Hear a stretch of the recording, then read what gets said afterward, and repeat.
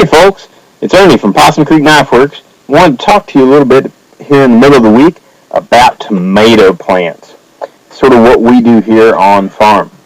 Now, as some of you may know, we're short of water.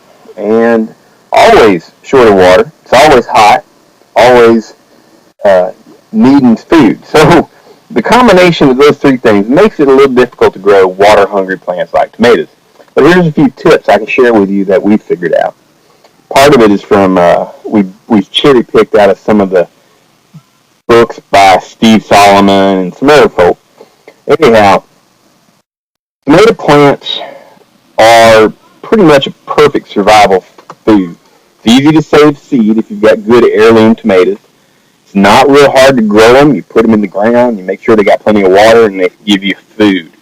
Now, what's not to like about that? The tomato itself is versatile. It goes good with almost everything. I don't know anybody who just wouldn't like tomatoes on those aspects alone. So we grow a lot of them here. Now, in our garden, we have to pump water down from our pond in order to stay functional. That being the case, I have to water the tomato plants somewhat carefully. The method I like is to grow them in place from seed. In doing so, that gives me a deeper root system. Now, the taproot on your average tomato plant is going to grow from the time it sprouts the seed. That taproot is going to grow about an inch a day, up to about 22 inches in 3 weeks. That's pretty deep and that's pretty fast. But have you ever seen a 2-foot deep transplant pot? I haven't. So they certainly don't sell those down at the local nursery. So most of the time you end up with a bisected, damaged taproot on your tomato plants that you're transplanting. Well, that harms their ability to draw water from the soil. All down the length of that taproot, they're going to send out lateral roots. And those lateral roots will be what brings up the water. Without water, I can't bring up nutrients. I can't bring up all the minerals and elements that are going to be put into not only the tomato fruit, but also the tomato plant. And I also cannot develop more root structure, which is ever important. So what we do is we plant our tomatoes primarily in place. Now, I'll get a few transplants every year to try to get an early start on the season, but having a much longer growing season than many of you may have, I don't worry about it too much. With about a 280-day growing season, you just can't really go wrong. Now, the tomato plant, while it's growing, if you do have to put it in a pot, you're going to end up with a damaged taproot, and it's going to grow a big cluster of lateral lines right up near the top. So it's only ever going to really be able to get water from the top 6 inches or so of your soil. They're not going to go deep. But with that deep taproot, I will send out a very extensive root system and draw water from very deep. But here in Central Texas, I've got bad soil. I got a lot of clay.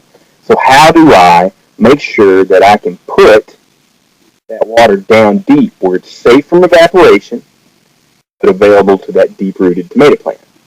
Well, I use a fertigation bucket, and that's essentially a 5-gallon bucket, and I drill a little hole down at the bottom toward the side, like you see here. And that hole is, I use a 5/32 drill bit, went right straight through the plastic. I'll put the bucket next to the plant, fill the bucket up with 5 gallons of water, walk away. 4 or 5 fertigation buckets, and you can get through this process pretty quick on all your tomato plants. Well, what that does is it soaks 5 gallons deep straight into the soil. Now, normally with our thick clay soil, I'm going to sort of absorb 2 inches of water, and then everything else is going to just spread out. But with these deep fertigation buckets, I'm going real deep in one spot, way down deep where my deep-rooted tomato plant can get at it. Now, that's just outstanding. That's a great way to water. It also means there's less waiting for me because I don't have to just spray water everywhere, which encourages weed growth. You want to eradicate all your weeds. They're your evil water suckers, like little bandits. Anyway, that's how to deep water a tomato plant, and that's our tip. Always start from seed where possible. Those of you in the frozen north who have a much shorter growing season, well, you're going to have to do what you can. if you're going to eat any tomatoes at all.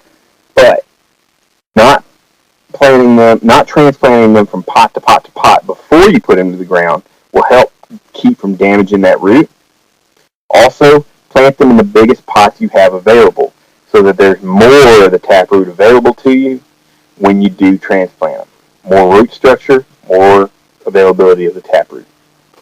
So those are your tips. Happy eating.